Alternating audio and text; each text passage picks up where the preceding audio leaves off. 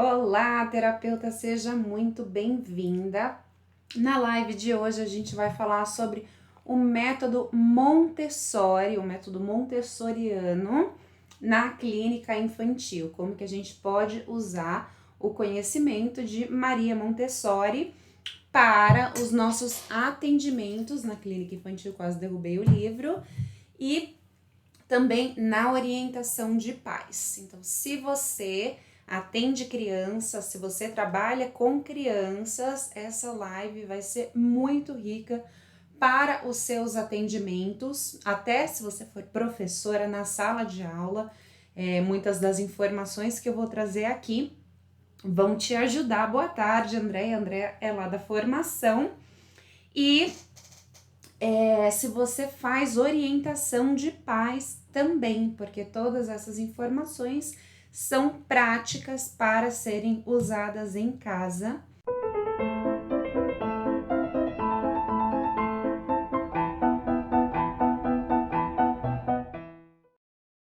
E para quem chegou agora, eu sou Ana Schmidt.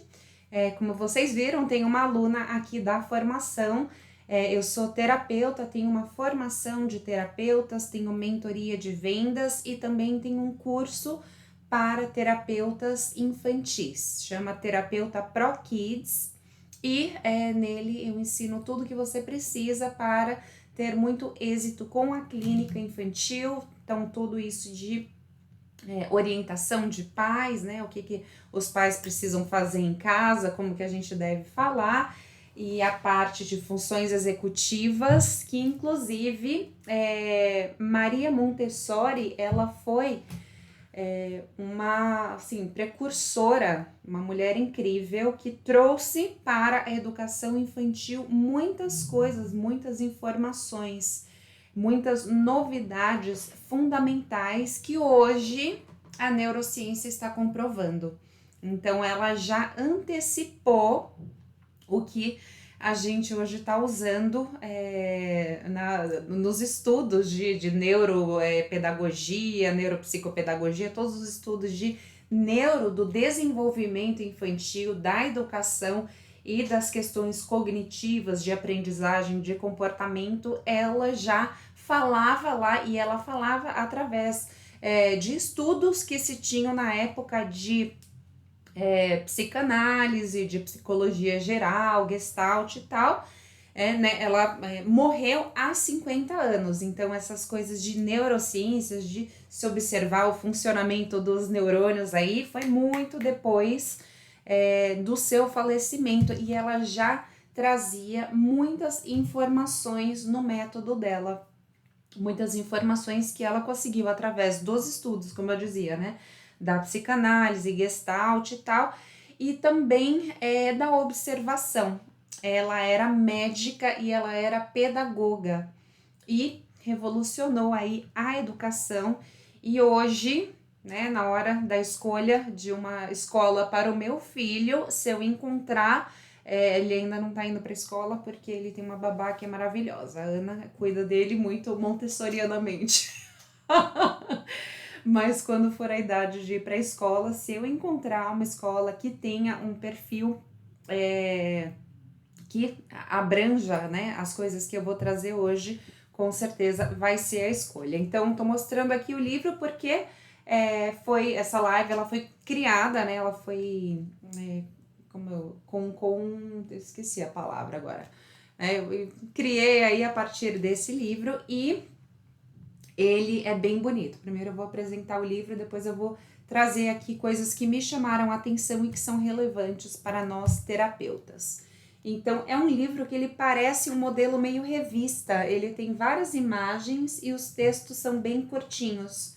Eu li em 3 dias, assim, 3 momentos de sentar para ler, né? O primeiro o João estava dormindo, e aí eu li metade do livro do lado dele, e os outros 2 em 2 momentos de leitura, né? Eu me programei esse ano para ter momentos de leituras diários, então foi bem rapidinho, porque a quantidade de texto é relativamente pequeno e é muito fácil de ler, porém é muito rico. Então recomendo aqui do Tim Seldin, ele é é gringo, né, pelo nome, ele é presidente da Fundação Montessori. Então, não é qualquer leigo falando da coisa, é um cara que estudou bem o esquema, né, para poder fazer o livro. Então, eu vou trazer aqui algumas informações que a gente pode usar na clínica e que pode orientar para os pais também. Tô vendo aqui, olha, a Dai trabalhou comigo em escola, né? Eu era professora também, assim como a Dai, a Jéssica, psicóloga, ambas da formação. Sejam bem-vindas, meninas. E agora sobre a educação infantil. Eu trabalhei como professora durante 15 anos e hoje eu ainda sou professora, mas eu não ensino mais nem inglês, nem espanhol e nem artes. Hoje eu ensino terapeutas, mas toda a minha bagagem como professora foi muito rica e depois eu usei muito para os atendimentos com crianças, tanto como psicopedagoga, como com terapeuta, né, usando na reprogramação mental. E o curso Terapeuta Pro Kids e a live de hoje tem muito desse conhecimento também. E a minha paixão por Montessori surgiu lá desde aquela época. Então, tem algumas dicas práticas que a gente pode usar no dia a dia. Por exemplo, a criança, na hora de vestir um sapato, muitas vezes ela se confunde qual que é o pé direito, qual que é o pé esquerdo. Então, você guardar os sapatinhos da criança com um pregador no meio, já mostrando qual lado vai para qual lado, vai facilitar. Isso é apenas um exemplo de como a gente pode estimular e promover a autonomia, né, a independência da criança. Hoje a gente está passando por um segundo momento, né? O mundo ele vive em movimentos pendulares. Então, antes de Montessori vir com todas essas ideias dela, né, e outras mulheres aí, né, Ana Freud e tal, e Winnicott, né, observação da criança, o próprio Freud, existia muito a ideia da criança como um adulto pequeno. E os adultos tratavam a criança como alguém que não estava querendo seguir o trato, que não estava querendo entender, quando na verdade não pensavam que ali havia um ser com uma individualidade, com um neurodesenvolvimento, né, com uma maturidade diferente. Depois que esses estudiosos começaram a apontar, escancarar isso, as famílias começaram a prestar atenção. Então a gente entendeu que gritar e bater não funcionam para educar, né? Funcionam ali na hora. A criança para de ter aquele comportamento porque ela tá apavorada com o grito, morrendo de medo de apanhar mais. Mas a longo prazo a criança vai ficar rancorosa, vai ficar com medo, vai ficar assustada e isso não educa. Então, todos esses estudos mostraram que a gente precisava acolher as crianças. Aí, nesse movimento pendular aí do mundo, foi para o outro extremo. Agora, os pais entenderam que não devem bater e nem gritar, e surgiu uma super proteção e uma super permissividade, que é diferente do estímulo à autonomia. Desculpem aí, a gatinha tá batendo no computador. Que é essa super proteção seria o quê? Seria os pais o tempo todo colocando a comida na boca da criança que já tem condições de comer sozinha, colocando o sapato na criança sem deixar que ela tente, vestindo a criança, escolhendo a roupa porque vai estar frio, porque vai estar calor, sem deixar que a criança de repente passe um calor para entender o porquê você estava querendo mostrar, né? Não, essa roupa vai ser mais apropriada.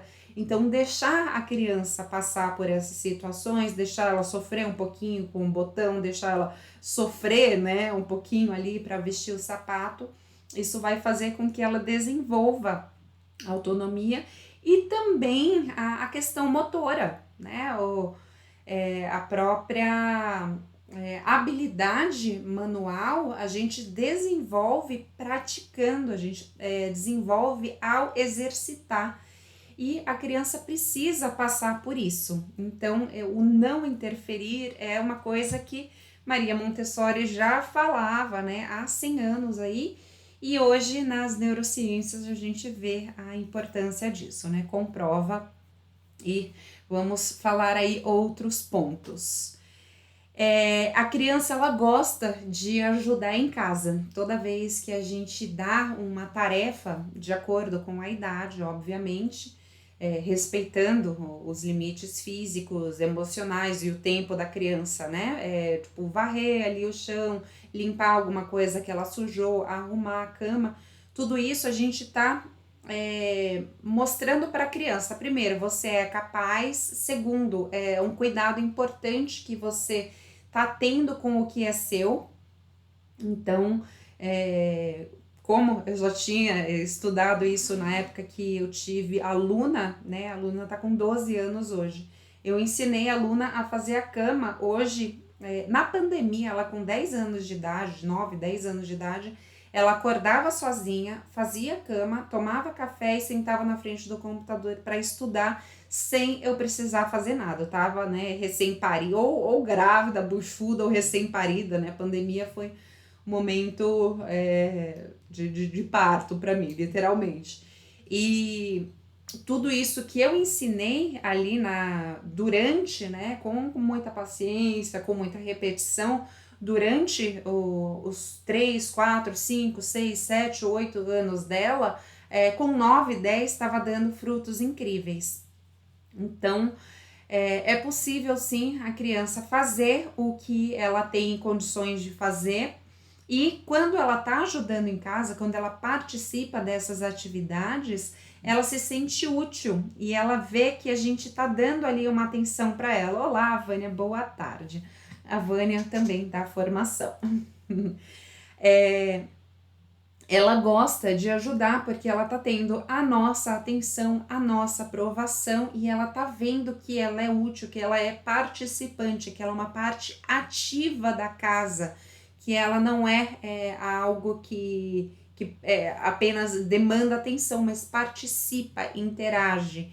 E isso faz com que ela se sinta muito bem e ela passa a associar esses cuidados com a casa, esses cuidados com ela mesma, a coisas muito boas e positivas. E a gente ter uma criança que ajuda na arrumação, que ajuda ali em arrumar a própria cama, em arrumar o que sujou, vai economizar um pouco de energia, e mesmo que ela não faça tão bem feito a princípio, porque não vai fazer mesmo, vai possibilitar ela ser um adulto muito mais feliz e realizado, porque ela é uma criança que aprende a fazer isso em casa, ela vai estar no grupo da escola, ela vai fazer, ela vai participar, ela vai ajudar, depois ela vai estar na faculdade, ela vai conseguir interagir em grupo com mais facilidade, ela vai conseguir entender né, o que o professor está querendo orientar ali, então ela vai passar a liderar com mais facilidade, porque ela se sente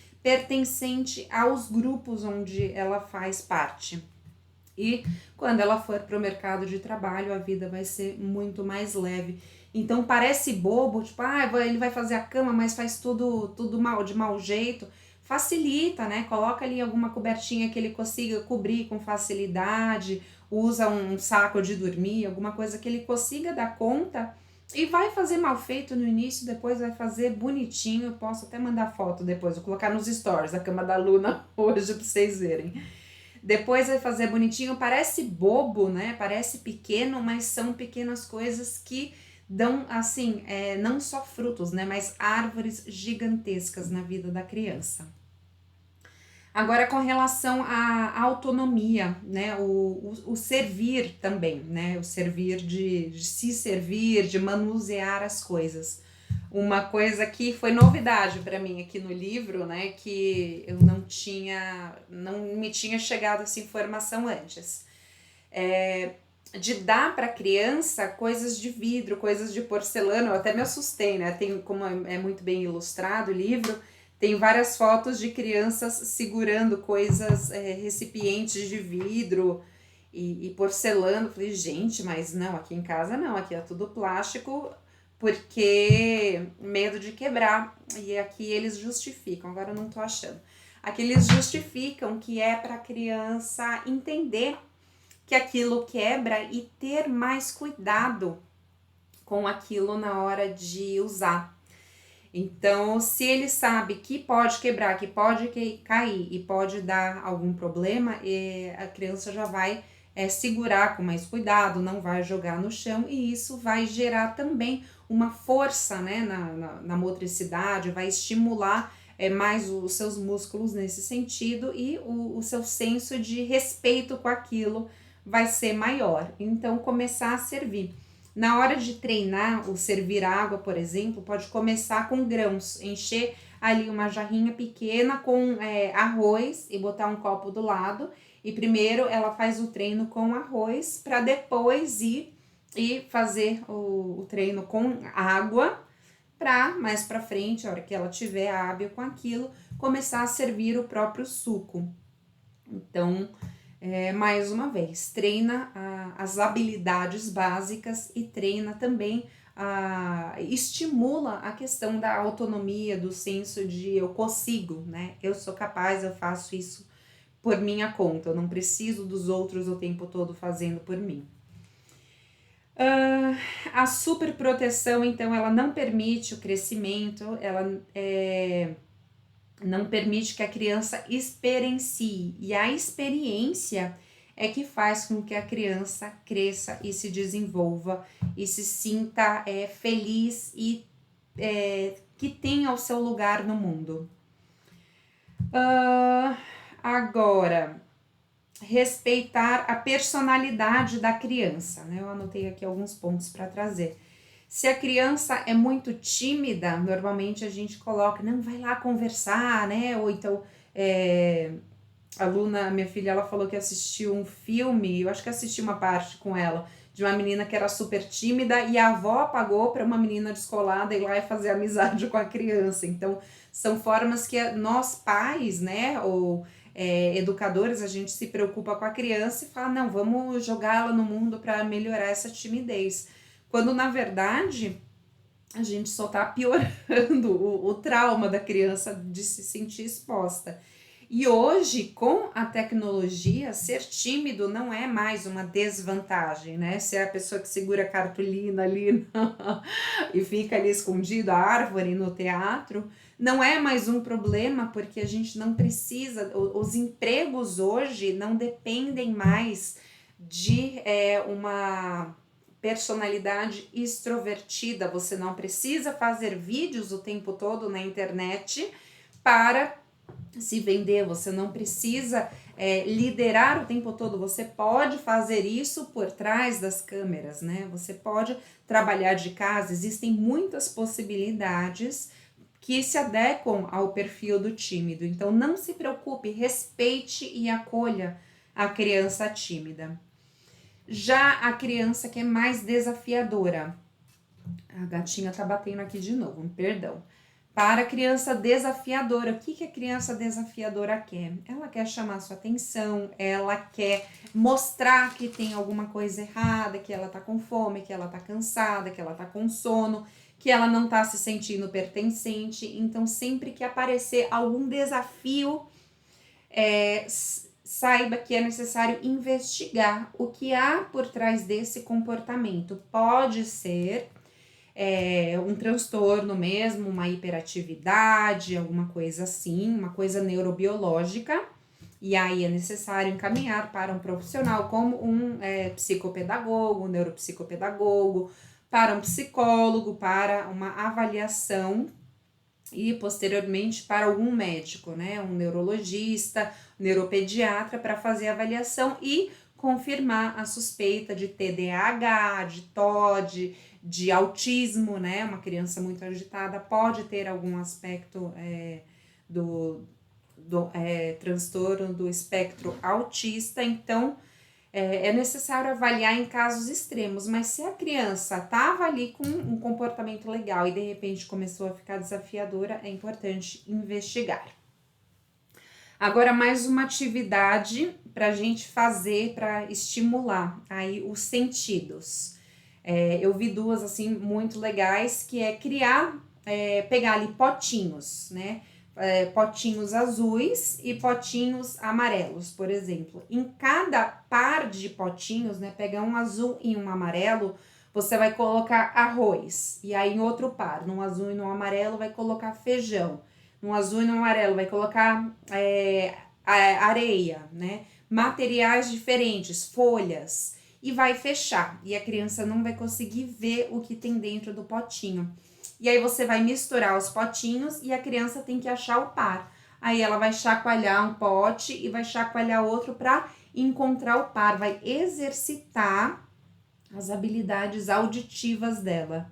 Então, uma coisa muito lúdica, muito divertida de se fazer e que estimula a habilidade auditiva dela. Muitas vezes a gente não presta atenção, não ouve no que está acontecendo no mundo à nossa volta, porque a gente não foi estimulado a parar para ouvir. Tipo, você ouviu isso, né? Isso o quê, né? O que está acontecendo? E estimular isso através dessas brincadeiras, afinar esse ouvido, vai ser muito bom. A Dai amou essa atividade, agora tem também usando potinhos aí de duas cores para os cheiros, né? Então, quem trabalha aí com aromaterapia já pode usar as próprias essências. Colocar em potinhos também, uma série de potinhos amarelos, uma série de potinhos laranjas, algodão, e em cada par pingar essências diferentes. Então, em uma você pinga lavanda, no outro você pode colocar acetona, no outro você pode colocar álcool, né? Pode ser produtos de casa também, ou essências diferentes. E a criança vai aí trabalhar a habilidade olfativa dela, afinar a habilidade olfativa, né? Uma gotinha de café, e aí ela vai cheirando e muitas vezes ela mesma vai dizer, isso é café, isso daqui tem cheiro de quando você tá fazendo a unha, né? Então, muito bacana também. Eu lembro que eu fiz algo parecido quando eu dava aula de inglês e várias, elas piraram, assim, tipo, as crianças amontoaram para sentir o cheiro daquilo e tentar descobrir do que era. E quando você usa um par, você usa a comparação, então você afina ainda mais aí o olfativo da criança. Mesma coisa com os sabores, né? Vem das crianças e botar para provar ali, né? Mas tenha certeza que a criança não tem alergia a nada antes de colocar ela para provar alguma coisa.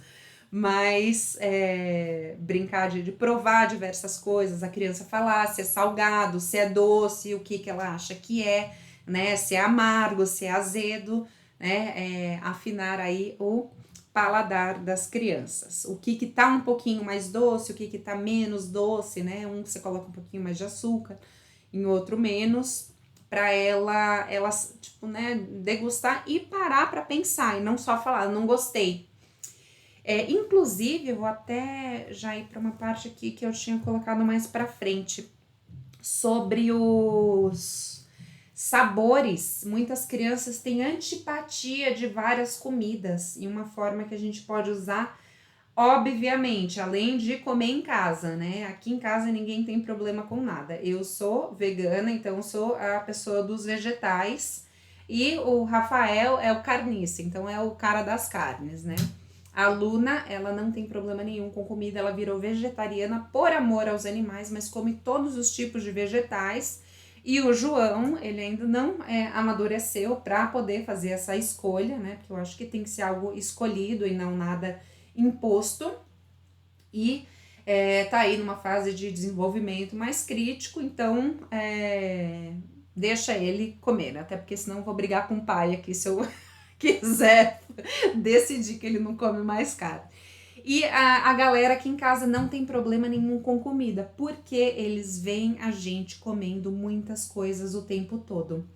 Eu já tive problema com mães, né, na época que eu trabalhava em escola e que eu cuidava da refeição das crianças, com mães que falavam, faz o Joaquim comer feijão, porque lá em casa a gente não come. Eu falei, você come? Não! Uai, mas como é que você quer que o Joquinha coma feijão? Você faz essa careta pro feijão, né? Óbvio que a criança não vai comer. Deixa eu ver aqui as dúvidas. Tem uma idade mínima para conversar e começar a desenvolver essas atividades? Acho que a partir dos 2,5 para 3 anos, a criança talvez não identifique exatamente o que é, mas já dá. Eu imagino que com o João já role fazer essas atividades assim, tipo 2,5 para 3, com 4, 5 é uma idade excelente para fazer essas atividades, né? Dos potinhos, dos cheiros. Meus filhos têm problema com comida, são todos amantes de doces. Amantes de doces é fácil ser, né? Amante dos vegetais, da comida colorida, é um pouco mais complicado e vem aqui outras orientações, né? Além da gente ter que ser o exemplo de tudo sempre, você quer que seu filho seja gentil e educado? Seja. Você quer que seu filho seja um leitor? Leia. Você quer que seu filho seja respeitoso com a natureza? Respeite, né? Então, quer que ele seja um bom de prato? Coma bem, né? Coma ali sortidos. Tem um prato colorido que ele vai ver você e vai ficar curioso para saber. E outro recurso é plantar a comida, colher ali. Nem sempre a gente tem, né, um lindo jardim para poder plantar a cenourinha, plantar uma hortinha, mas eu moro em apartamento, eu tenho em casa ali vasinhos que tem o manjericão, que tem outras coisas, e a gente pode simular, né? Ir lá plantar alguma coisa, vai demorar mais para crescer, mas pode plantar uma cenourinha e de repente, tipo, olha, a cenourinha já nasceu, né? Para crianças menores que ainda não pegaram que você tá dando uma enroladinha, mas você mostrou que ela tá plantando a cenoura e de repente apareceu com a cenoura, a criança vai querer comer porque ela participou daquilo. Então, esse é um outro recurso, né? Quando for ao mercado, né, hortifruti, aquela parte de vegetais, brincar de falar os nomes, fechar o olho, ver a textura, tentar adivinhar o que é, né, quando você tem ali uma variedade. E isso vai fazer com que ela queira provar, porque ela já experienciou a comida de outras formas, com outros recursos, e vai querer provar também. Ela participar do cozimento das comidas, né? Entregar a faca, botar ela no fogão, dependendo da idade. Ainda não dá, mas botar ela para misturar ali um pouquinho, para botar sal, para temperar um pouquinho. Se ela participar um pouquinho que seja da feitura, né, da fazeção da comida, ela vai querer comer, ela vai ter muito mais prazer em fazer aquilo. Então, em vez de dar uma cozinha pequenininha, você pode também dar uma cozinha pequenininha, de madeira, bonitinho, para a criança brincar, mas chamar ela para a cozinha para ela participar de algumas atividades. Vai fazer sujeira, vai ser um pouquinho mais caótico, né? Mas botando ali um pouquinho, inclusive vai trabalhar a questão motora e de limpeza, né? Sujou, limpou. Já falei aqui de vidros e porcelanas e sempre juntar e arrumar depois. Brincou, espalhou, foi divertido, limpar depois, né? Ensinar aqui, ó, paninho, água, esse aqui é o álcool, spray, cuidado com os olhos, né? Não espirre nos animais e arrumar depois. Falando em animais, já coloquei aqui também. Quem puder ter um animal em casa é muito bom. As crianças, elas gostam, elas se divertem com o animal e a criança aprende a respeitar os limites, né? Eu tenho gato aqui em casa que deixa fazer tudo e tenho gato que morde. O João já levou boas mordidas, a Luna levou boas mordidas do biscoito, né? O gato grandão, mas ele morde com parcimônia, né? As crianças. E eles logo aprenderam, né? Eles vão encostar assim e olham, tipo, não pode, né? Então, eles aprendem a respeitar. E isso vai, com certeza, refletir na vida depois. Eles vão conhecer pessoas que mordem, né? Que rosnam, que avançam. E eles entenderam que em nem todos os animais a gente deve encostar, e nem todo mundo a gente deve invadir o espaço. E ensinar o carinho, ensinar o respeito, ensinar, cultivar isso de dar comidinha, de dar água, de fazer carinho, prepara as crianças para o mundo. No livro, aqui tá falando de um estudo com um estudo americano, um estudo até meio besta, não precisava estudar isso, né? Mas que crianças que fazem mais atividades ao ar livre crescem adultos mais ecológicos, né? A criança que tem mais contato com a natureza, que interage mais com animais, crescem adultos mais preocupados com o meio ambiente, né? Na hora de trabalhar, de fazer compras, eles vão ter escolhas mais racionais, mais ecologicamente corretas, pensando no meio ambiente, no futuro planetário, por causa desses estímulos que tiveram com a criança. Então, não é só ladainha, isso é estudo mesmo. Então, já falei aqui de plantar a comida, convive com os animais, né? Ensina aí solidariedade, fazer artesanatos e atividades com coisas naturais também. Então, brincar ali de passear no parque, colher algumas folhas, colher alguns grãos e depois fazer colagem, montar alguma atividade com isso, com esses grãos, montar os próprios potinhos, a criança participar da montagem desses potinhos, né, que vai usar depois naquelas atividades que eu falei, junto com esses passeios. Então, vocês vão vendo que tá tudo ali dentro da rotina da criança, né? Um sábado dá pra gente fazer várias coisas que vão levar a criança a ser um adulto feliz. Agora, algumas lições de vida que o método Montessori ensina. Cuidar de si mesmo, então, escovar os próprios dentes desde pequenininho, depois a gente dá aquele retoque, passar o sabãozinho, né, sempre começa ali na barriga e o resto esquece, mas aos poucos vai aprendendo. Botar o próprio sapato, começar a botar a própria roupa, fazer algumas tarefas diárias em casa, dentro do limite do que ela pode, respeitando a vontade dela e os limites, né? Não é um trabalho forçado, mas algo que seja divertido e prazeroso e que devolva para a criança a alegria de estar ali ajudando e participando. E também gentileza e cortesia. Estimular a criança a falar bom dia, a ser cordial, a agradecer, dando o exemplo sempre.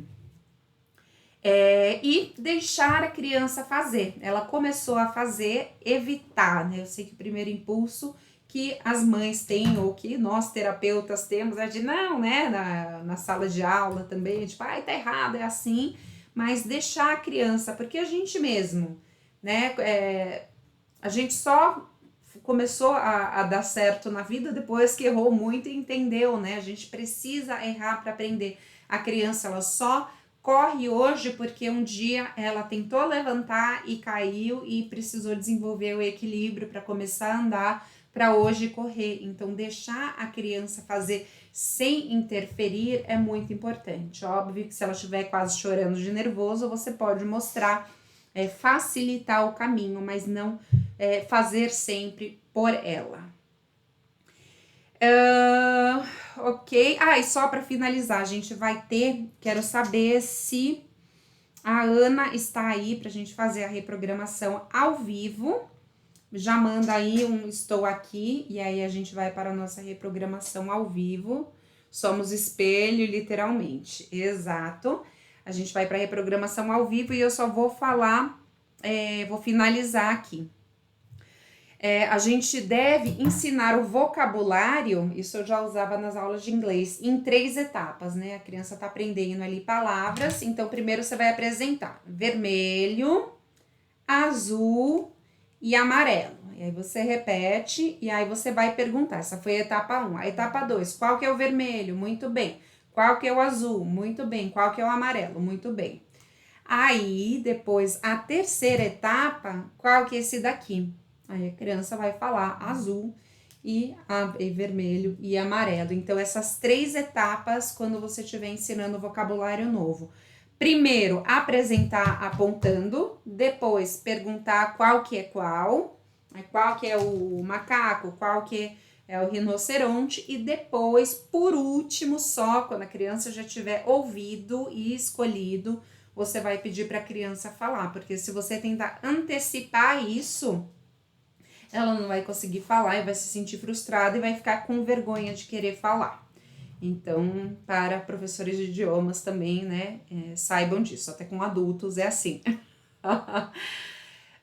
Quando você tiver com um neném, vá descrevendo a sua ação. Olha, agora eu vou colocar você aqui. Olha, agora eu tô dobrando a sua roupinha. Agora eu vou limpar o seu bumbum. Agora eu vou colocar a sua fralda.